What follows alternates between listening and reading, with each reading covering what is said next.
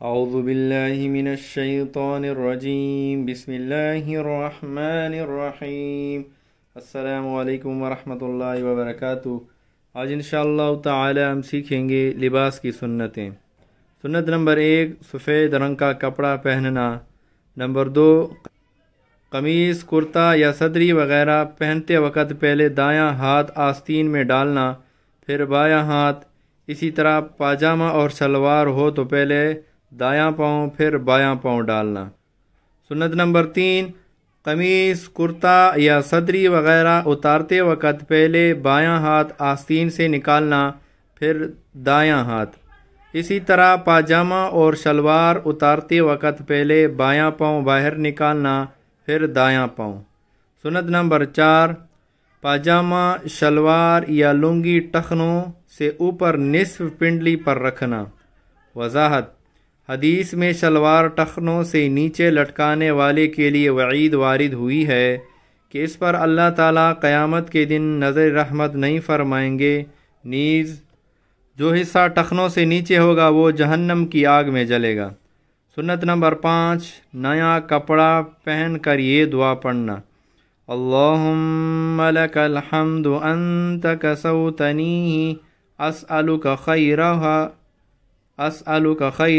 وخیر ما صنع له واعوذ بک من شرہ وشر ما صنع له۔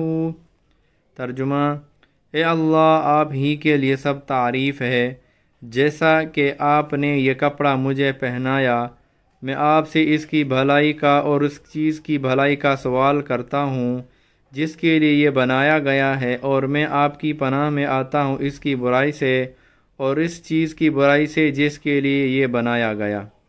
دوسری دعا: الحمد للہ الذی کسانی ما اواری بہ عورتی واتجمل بہ فی حیاتی۔ ترجمہ: سب تعریفیں اس اللہ کے لیے ہیں جس نے پہنائی مجھے وہ چیز جس کے ذریعے چھپاؤں میں اپنا ستر اور زینت حاصل کروں میں اس کے ساتھ اپنی زندگی میں۔ سنت نمبر 6، سفید، سیاہ اور کسی بھی رنگ کا عمامہ یعنی پگڑی باندھنا۔ نمبر 7، عمامہ کے نیچے ٹوپی رکھنا۔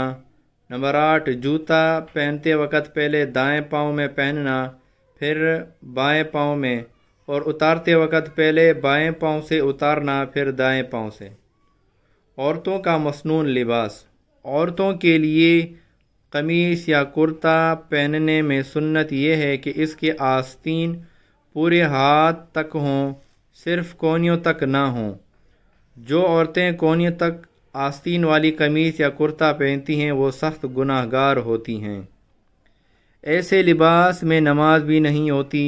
اسی طرح عورتوں کے لیے یہ بھی ضروری ہے کہ ایسا لباس نہ پہنے جس سے بدن کی بناوٹ نظر آئے، اور نہ ایسے لباس پہنے جس سے بدن نظر آئے، کیونکہ ایسی عورتوں کے بارے میں حدیث میں شدید وعید مذکور ہے کہ وہ قیامت کے دن ننگی اٹھیں گی۔